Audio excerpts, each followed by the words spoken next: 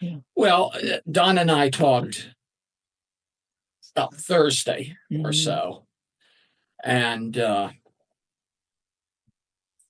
trying to understand C.S. Lewis is difficult. I read the first chapter of that book, and I felt like there was so much double talk in it. I was just like, "Oh my gosh, this man is so much smarter than me." I didn't use the term double talk, but that's no. I meant it in the most respectful of ways, but that's how it sounded to me. I did make a mistake that Don pointed out to me in that the one thing you have to realize about C.S. Lewis is he's an apologist. He uses philosophical tools. He was trained as a philosopher, but he is an apologist, which means he thinks Christianity is the best religion, better than any others, and he's trying to convince you of that fact.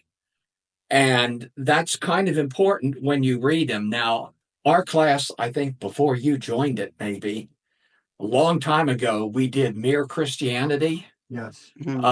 And I've done that, but I'm not sure I did it with you. I've done it before, though. Yeah. It is a totally bizarre book in terms of his argument.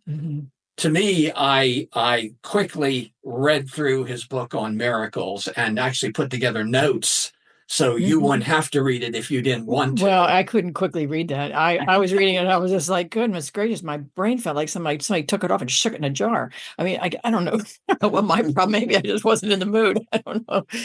Well, it's terms even. Yeah. Like did you read it? Just what he. Oh, I read your summary. Your summary made it a lot clearer. I mean, but when I read your summary, it was really helpful because it pulled together what I read. Yeah, his argument that mere Christianity is a proof of God based on morality. Basically, what he was saying is people are inherently good. But he was writing this in the middle of World War II. I mean, his basic premise is that people are born with the innate ability to connect to God, and they can reject that and do bad things, but it's kind of implanted in this from when you're born. It's almost the opposite of original sin, and it has to be developed and whatnot. But he was writing during Nazi Germany bombing England. Yeah. And I take it to today's, we've got, maybe 40 to 45% of the voting public that is basically making a decision based on hatred of other people and I'm better than you. And so his moral argument can get a bit on the thin side. There are much better arguments, which I will bring in a little bit later on. But it fits in, and we have Steve here too. I mentioned to Don that he was an Anglican. He was an atheist when he was a teenager, and this is very important. He was an atheist that converted to Anglican Christianity. And anyone who has had a conversion experience, whether it's giving up cigarettes, giving up alcohol, they have a dim view of people that don't give it up. So they tend to be somewhat antagonistic to all the poor people that haven't gotten the game plan yet. And there's no doubt C.S. Lewis has a condescending tone to him when he's talking here. Now, Don he was married to a Jew, which explains why he believes that Christianity is the best religion, but there are other people that may be saved as well. And the Jews were one of them by reading the 9th, 10th, and 11th chapter of Romans, where Paul says the Jews will be forever saved because of their initial relationship with God and everything. So clearly he was kind of deferring to, he does say that, other religions have some good things about them, but don't be confused by them because Christianity is definitely the best one. But in miracles, it's important to understand that he's a Protestant Anglican as opposed to a Catholic. Don didn't I don't think really realized that, because he was kind of like, well, what does him being Anglican have to do with it? Mhm. Well, in terms of the miracles, it a great deal. Who does miracles, Steve, in the Catholic Church? Saints saints do miracles. That's That's how correct. they became saints. You have to have a A miracle that miracle. you've accomplished. Otherwise, it's one of the things they have to check off the list of being a saint. They don't know that they had to perform the miracle, but they had to be the benefact. They had to, it had to be a big part of it. It's all comes from God. I think I understood it all. Just all comes from God somehow, but it was they had to be there. Protestants don't hold that You know. people are responsible for miracles. Yeah. Basically, it's God that accomplishes a miracle if it happened. Mhm. The Catholic Church is relatively corporate about how it treats saints. Mhm. To the Protestants, to us, it's all the dead people in our graveyard. Whenever we have All Saints Day or Halloween that's coming up, Mhm. we remember that. That's why small churches like this, all have a graveyard associated with them, because you want to keep your saints close to you. But I don't believe any of us believe that anyone out there is doing any miracles in the real world right now. That's a big difference with Catholicism, because Catholicism literally has a corporate process for making saints. They do. They have to investigate it. There have to be X number of miracles that can be proven relate to this person. And then once they're a saint, they can do any number of other miracles, but you don't hear them talk much about God doing any miracles. It's a Virgin Mary, a lot of miracles on her, and everybody has a saint that does miracles for them, just about. There's a saint's feast day for just about 365 days of the year. We got with St. Francis, the patron saint for firemen and the patron saint for law enforcement. And, you've got all these different saints for different causes. Yeah, remember we one of the books we enjoy is one of the guys was a pickpocket. He wore a medal for the patron saint of thieves. And he swore by it. And that is a fundamental difference between Protestantism and Catholicism. Mm-hmm. Now, I mentioned an instance there where he had these meetings every week, and he called it the Socratic Society, where people got together and debated issues. And there was one instance that was well recorded where this woman that was part of the group, who was herself a respected philosopher, Elizabeth, and I can't get to the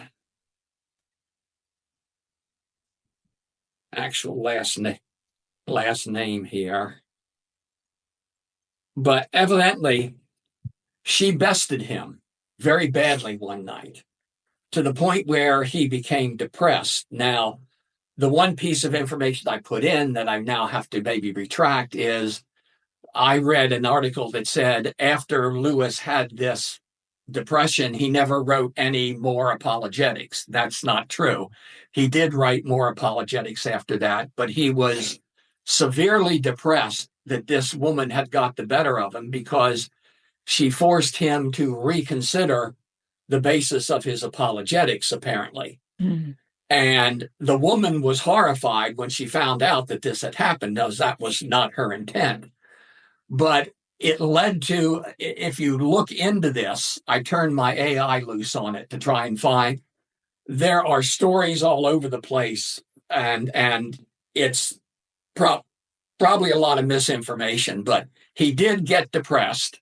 This woman was responsible for it, and it caused him to reconsider things, but apparently not to the point where he gave up apologetics. But it's a very good example of, there's a man by the name of Robert Funk, he actually created the Jesus Seminar. And he mentioned that there's a number of disenfranchised Christians out there that the church is not addressing. And he likens religion to a very tight tuxedo that you've just bought with the vest and everything. if you fall down in it, it's very hard to get back up again because it restricts your movement. And he said the same is true of somebody's faith. If they wear it too tightly, and if they happen to stumble and fall down or someone says something, it's very hard for them to then recover their faith. That's an interesting analogy, but it's like I mean, the closer you hold your faith as being absolute, if someone happens to get inside your head and make you question it, you fall much harder than someone who's just kind of, I just kind of rolling along. There's even a woman, Elizabeth Anscombe. Yes. To have a woman be able to best you in something that you feel you're superior to them.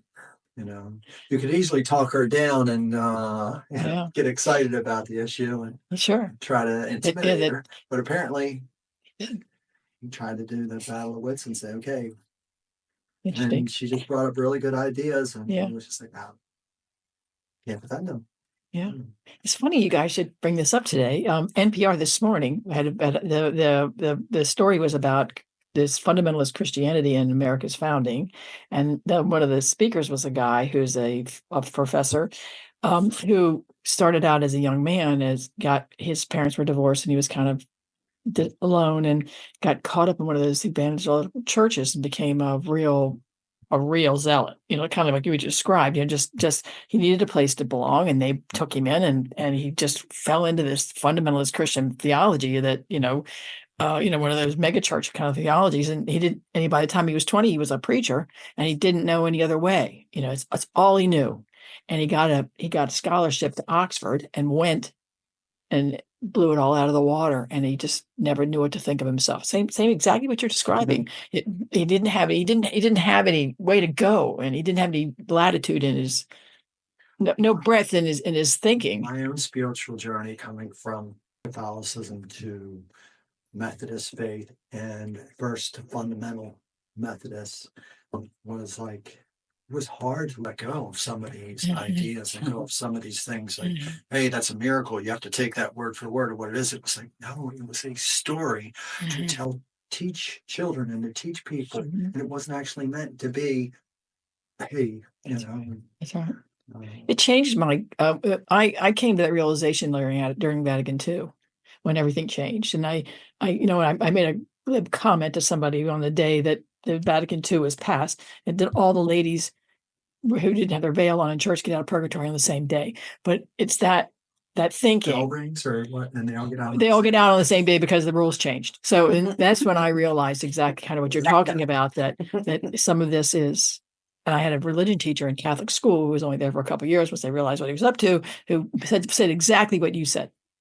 That these are stories that are they're parables. They're meant to glean something from it. It's not, that doesn't have to be a fact, and anyway, that's exactly what you're saying. Vatican II changed what I thought, and it came when I was in high school. So it's kind of a shaky time, not a shaky time, but a time of vulnerability when you're already thinking and wondering what the heck's going on, you're questioning things, and it was interesting.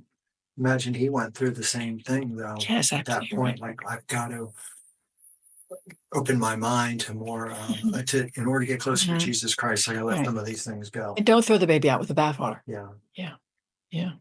That was interesting. Yeah. So Lewis, his philosophical tools, his rhetoric is all excellent. Mm-hmm. However, where he starts his argument is from church doctrine, not going back to, he doesn't go back. In a way, he's like Paul. He doesn't go back to the teachings of Jesus. He's going from what the church teaches Jesus is, and makes all of his arguments from that standpoint. So what's bogging you down, and me and everyone else, is he's so entrenched in church dogma that he's not really making a lucid argument from scratch, trying to do these things. I wish you could listen to this NPR thing. It's you're singing from the same songbook you are. It's exactly the same. But it was a real life experience. This guy was talking about. He talks about how we came, how we came from the beginning to that. It was very interesting. It's exactly what you're talking about. Yeah. Also, Lewis was heavily influenced by Tolkien. Oh, okay. He had numerous discussions with Tolkien about his books. Interesting. Mhm. Well, it makes sense because C.S. Lewis is obsessed with the fight between good and evil. Uh-huh. Everything that Tolkien wrote Sure. was about good versus evil and how people respond to it. I mean, and apparently Lewis was fairly good friends that he had numerous conversations. So C.S. Lewis's argument is based on not just the teachings of the church, but also morality and how good and evil fit in and everything. Mm-hmm. If I were going to make an argument trying to prove God existed, I would not start with the morality of man as being a starting point that we're all good, and then we have the ability to plug into the good, but some of us do and some of us don't. There are much better arguments that are a little bit more coherent. And that's where I got bogged down, especially in mere Christianity. Started out on the wrong foot by saying, hey, the evidence that there is God in the universe is that we all know inside of us that some things are right and wrong before we've ever been told that they were right and wrong. The sheer fact that we know righteous from unrighteousness is proof that there is a God. It's basically what his starting point was. Mm-hmm. So this is just me personally, I tend to take information wherever I can get it, from science, from philosophy, and then seeing what agrees and what doesn't agree and try and sort it out from there. Mm-hmm. That's very different from Lewis's starting point of, to me, the teachings of the church are somewhere down here in terms of relevancy in attempting to prove that God exists. So I'm coming from a different space than Lewis is. And the Protestant church is obsessed with Lewis because he's exactly what they want in terms of someone who's trying to convince other people of the Christian faith. The other thing is Lewis is obsessed with the crucifixion and the resurrection and the ascension, just like Paul was. He thinks that is the single most important miracle that was ever done, was the resurrection of Jesus and the ascension of Jesus. And all of the church's teachings should revolve around that. And indeed, in Protestantism, most of them do. So he's looking at miracles from a slightly different standpoint as what I started out with last week. So I didn't know how many people were reading miracles or whatever, but it's much longer than Don said it was. It's 300 pages or so. But it does bring in a number of relevant things where we left off last week. Why do we talked about difference between Catholics and Protestants in terms of the source of where miracles occur? Why do you think people are so obsessed with miracles?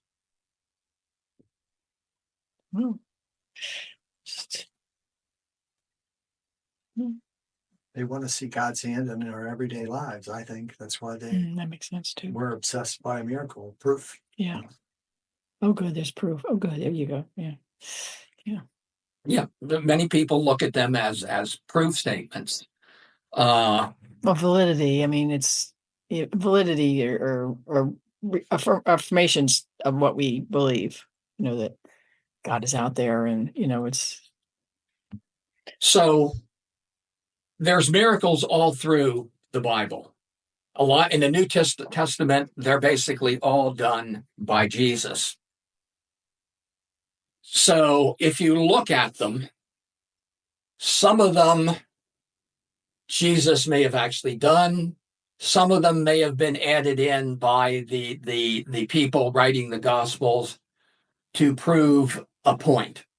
In other words, Jesus shows control over the environment. He can walk on water. He can calm a storm. Unclear whether he actually did that or that was attributed to him to show his power over nature. And there are others there as well, as the people back at that time when they were writing, they're using miracles not just as an, oh, wow, something unexplained happened, but they have kind of an agenda that they're trying to show that the person doing these miracles is basically has control given to him from God. He's an agent of God, and that's legitimate. There were any number of similar people to Jesus that we don't hear about, but they're in the literature. One of my favorites is Honi the circle drawer. He went from town to town during droughts and would bring rain by drawing circles on the ground and standing inside the circle until it rained. So, and there are a number of others. The ones that are done by Jesus that are very apparent, that are all over the place, is he was a healer. He healed people, and he also cast out demons. And that was an appropriate miracle back in the worldview of the time that he was living, because being able to cast out demons meant that you had control given to you by God to deal with these demons. So Jesus is kind of a special case that it's hard to differentiate from. Unlike if the Catholic Church was around at the time, would Jesus have been deemed a saint if they only could get enough? They had to have enough evidence collected that not only that the miracle occurred, but there also had to be evidence that that person was responsible for the miracle. Catholic Church would not have tolerated Jesus's. They would not have tolerated his way he went rogue. The same thing that upset the Jews. They wouldn't have been able to keep power. They wouldn't have been able to keep power. Keep the hierarchy of where they were as opposed to this guy. And I think that's where the Catholic Church went. I'd fault. Oh, that's a bad word. Oh, maybe not, but it's maybe a better word. But they took a left turn when they could have kept going a right turn, and they should have kept going straight. They gave the power to the Pope, and it's why we never learned the Bible in school. I went to Catholic school for 12 years, and it wasn't until I got in high school that we even talked about the Bible. And I think C.S. Lewis tried to clear these things up, that these were questions that people had, but they were like, "How dare you ask that question?" C.S. Lewis was just jumping in there and trying to explain. And the Catholic Church was threatened by not people that just wouldn't toe the line and just take what they and just heretics, burning them at the stake and calling them witches. That's right. People that just wouldn't comply. They wanted to think for themselves. Well, it's a good example of what happens when a religion is given political power. Yeah. When Constantine converted, now you have the political power of Rome behind your religion. Yeah.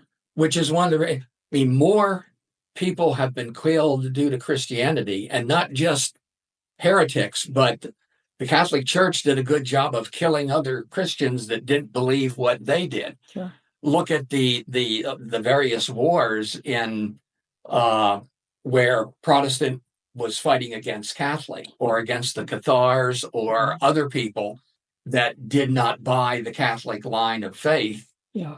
And you wind up with a religion that's going around killing people. Isn't what happened in Ireland, and between the Protestants and the Catholics? That's probably the biggest, the most blatant, not the most, but a blatant. Well, I believe there was because Don brought this up, the 100 Years' War in England, where the Protestants were fighting the Catholics, and more Christians died during that span of 100 years than ever before, not to mention all the Jews that were persecuted and so forth. So you have to distinguish between what's due to the church and their teachings, and what's you can trace back to what Jesus taught and what he was. So we talked a bit about where we at, controlling animals and extraordinary childbirth. The virgin birth is considered a miracle. And I think I saw a poll about 5 years ago that 58% of all Methodist ministers do not believe in the virgin birth. You can get a hint of this if you read Luke and Matthew, which is where the two stories do not agree. There's no way you can put them together in the nativity scene that we use every Christmas. In Matthew, Jesus is born in a house, just like everyone else, and the only people that show up are the three wise men, or the Magi. In Luke, he's born in a stable, and only shepherds show up. And that's because Matthew and Luke were saying different things about who Jesus was. For Matthew, he was the Messiah, and wise people would come to worship him and see who he was. In Luke, he's an advocate for the common people. He has a humble birth in a stable, and the people that show up are shepherds. So it's literally there. The miracle is being used to say something about who the person actually is. What we see as a nativity scene literally could have never happened, because they're literally two different stories that you really can't merge together into one. That doesn't mean that the nativity scene doesn't have a use and everything, but there's also a miraculous birth story of the Buddha. Supposedly, his mother, Maya, gave birth to him standing up. He dropped out onto the ground and took 7 steps to the west. Every place his foot hit, a lotus flower bloomed. And he said, "I am the king of the world. Everything goes through me." The Buddha. The Buddha. And all Buddhists will tell you, no, that never really happened. That's just, a story someone made up. It got carried down, but it signifies in their heads who they thought the Buddha was. Miraculous birth stories are about trying to put that particular person that was born that way into perspective. So since to sensationalize their being to make you think they're better than everybody else. Yeah. So there are miracle stories, quote unquote, that are probably made up to serve either a political purpose or a religious purpose. Look what we've done with our own founding fathers, and we make up all these cute stories. George Washington never told a lie, talking about the cherry tree and said he did, blah, blah, blah, all those things. And we can even say the American Indians were the savages. They were attacking us, and it's our God-given right to take what. And you never hear the fact that George Washington cheated on his wife with his next-door neighbor. And likely had syphilis when he died. So somewhere in there must have been a lie. Somewhere in there. But it's a good example. What happens to people over time? George Washington did a lot of good things. Yeah. And the most important one is he gave up the presidency. And when he won the revolution, they wanted to make his troops wanted to make him king, and he turned it down. He wrote a letter that I think every American should read that basically says, no, we can't do this. We've set this up as a republic. There's no way that I'm going to become. And he did what Biden essentially did. He said, no, I don't want to do that. He got legitimately elected president, and he's the one that set the fact that there's only 2 terms, because after his second term, he walked away from it, just like Biden did, and said, no, it's 2 terms is more than enough. So there's a lot about our country that goes back to George Washington, but a lot of the thing, he threw a silver dollar across the Potomac, things like that. And when you look at FDR, when we went and had a president with 3 terms, the guy was just way too old at that time, and the wear and tear of the job just made him not mentally there for it anymore. And when he died, everybody was looking like, what do we do now? Like, it's been so long since the last time we elected somebody else. What do we do without him? You don't want to be that reliant on this one person leading. No. So there's one thing we talked about in our little discussion on what a miracle is. Something that has to happen for the good. It has to be something that conjures up wonder and amazement. It has to be good. It has to be done by a specific person. It has to be done by something or someone, and it has to break the laws of nature. Now, the last one can come into some conflict in terms of what is a law of nature and what does it mean to break them?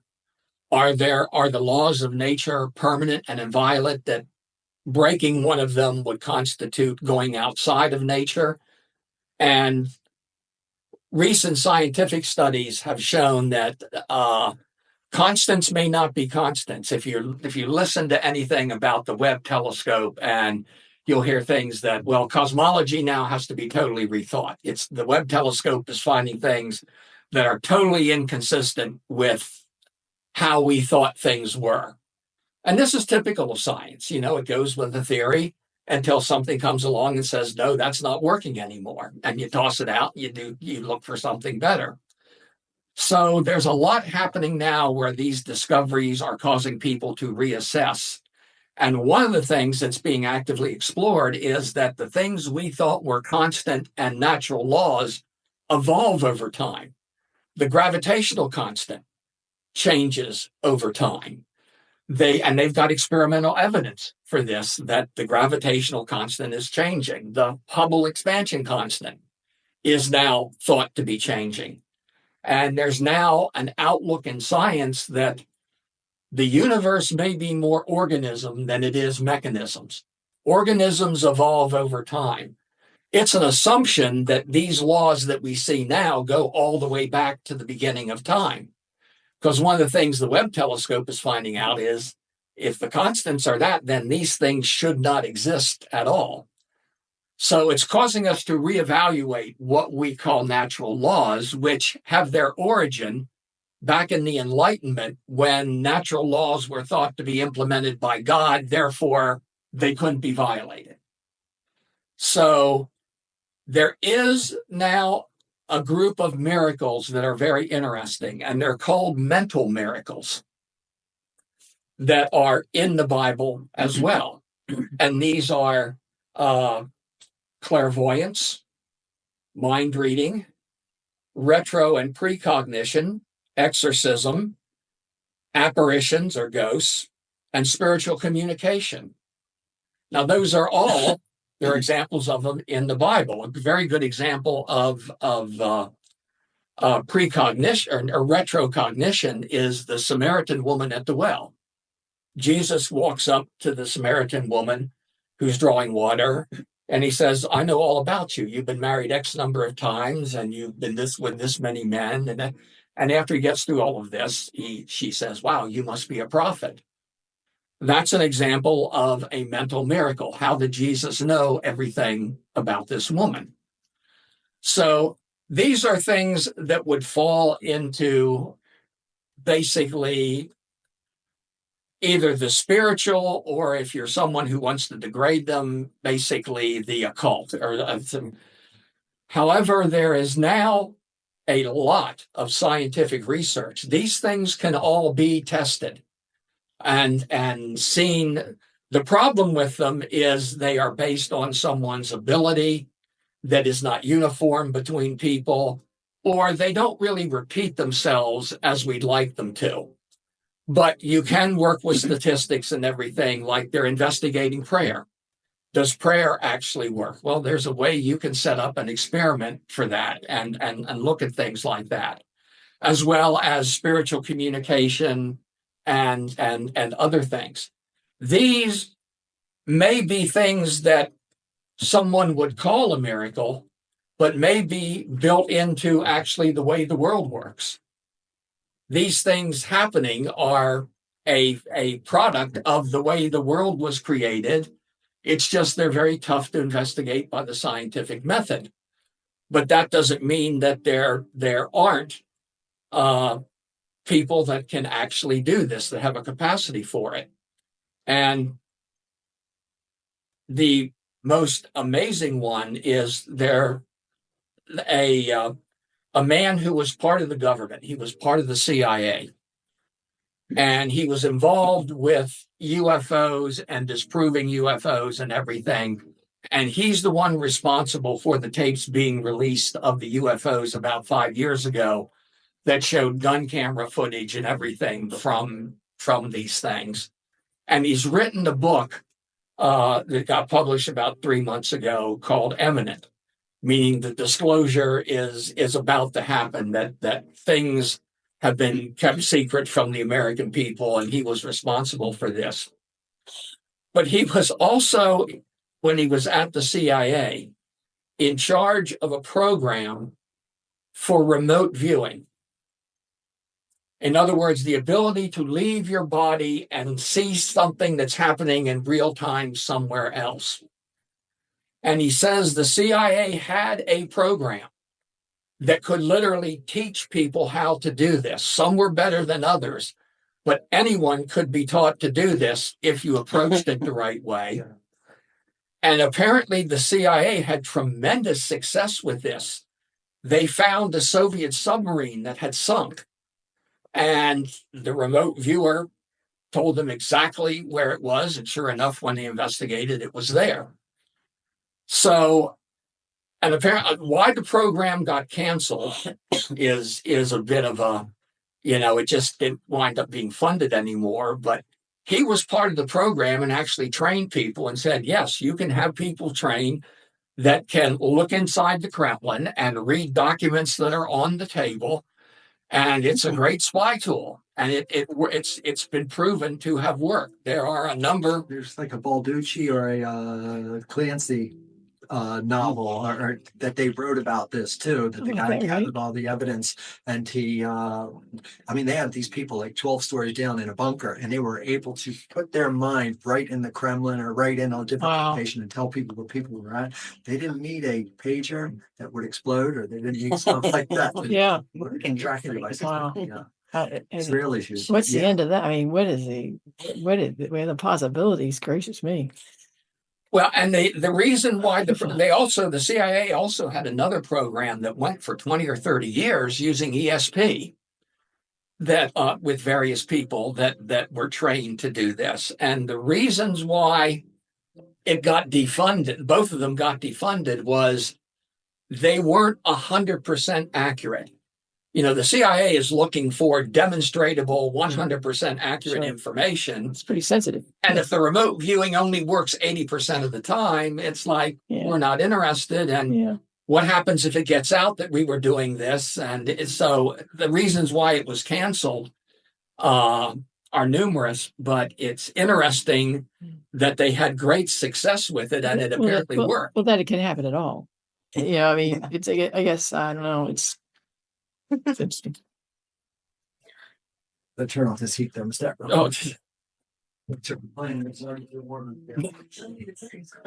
don't know. I'm freezing. You can. You actually could turn it up. I'm freezing. Here you are. I'm looking at you guys. You guys are making me cold with these short sleeves and everything. I don't put it on a jacket. I wish I just brought a coat. I should have brought a coat. I should have something heavier. But what's interesting is here are a group of things that people would consider a miracle. Yeah. That may literally be a part of the way the world works. Yeah, there's a scientific explanation for some of it. Because miracles aren't expected to be 100% accurate. They're expected to be, in general, generally miraculous. So, and this is one of the reasons why science hasn't been very vigorous in doing this type of thing. In terms of how science works, if you say all crows are black, and we look around and we see all crows are black, you find one white crow, and it disproves it invalidates your theory. So technically, all you need is one example that's verifiable, that refutes the hypothesis, and now you've got to start from scratch all over again. Now, most science requires numerous examples because people are reluctant to give up what they think is right about the world. So science tends to lag behind because you wind up with people that are saying this, people that are saying this, they're butting heads with each other. And then it takes a while before the other people get convinced that this is actually the way things work. So I find it interesting that there are a group of things that are called miracles that may actually be built into the way the world actually works. There's some scientific explanation for the. And this will take, I'm just going to give this a brief. The person who was responsible for debunking miracles as a philosopher was David Hume, who put together 4 points that miracles can't be true. Not Mythbusters either. And I'll just, where we are. The first argument is not enough people see them. You know, there's not enough people to say, okay, this is actually happening. And then people are prone to want to believe in miracles. So they take things that are normal and they turn them into a miracle. The only people that believe in miracles are ignorant people in stupid nations. Vaguely similar to Trump, I guess, but that was point 3 of his argument. And it's impossible for them to be true because different religions have different miracles and they don't agree, so they must not be true. All of these, most philosophers would look at and say, these are incredibly weak arguments. These are not anything these are not really good arguments against the whole thing. But Hume was very influential in his time, and he was one of the first people that got involved in this sort of thing. So I thought it was just worth mentioning. So where this takes us is I want to travel into another area that deals with how do we know things? And we are a product of Western philosophy, which we get from the Greeks. And the Western philosophy is dualistic. It has good versus evil. It has truth versus false. Everything is paired up and it has its opposite.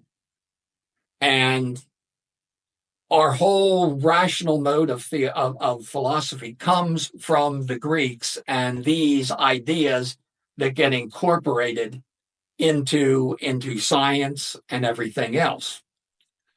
The Eastern way of philosophy is totally different. It doesn't reside in the senses. The other thing about Western philosophy is it's highly linked to what we can experience and observe. In other words, if I don't see it, I don't believe it. Or if I can't detect it or something, it's very much linked to materialism. And spiritualism in Western philosophy tends to be diminished because it's looking at, and C.S. Lewis uses the almost exact wrong words you could ever use. He uses naturalism and supernaturalism, indicating there is something that exists outside the world that is different from naturalism. And that's, I think, a dangerous way to phrase things, because if all the things we've just discussed here are part of the way the world works, then all of these mental miracles are basically part of the natural world. So but they're mental in nature. So they've gone from, just because I can't understand your mental things, what you're saying, you got some supernatural thing going on when it really is natural. They can train you to do it. And also the word supernatural connotates in people's mind made up. Yeah. It's not real. And that's a big problem for the church, because if the church is viewed as superstition, then you're going to have a tough time in this day and age attracting people into the church.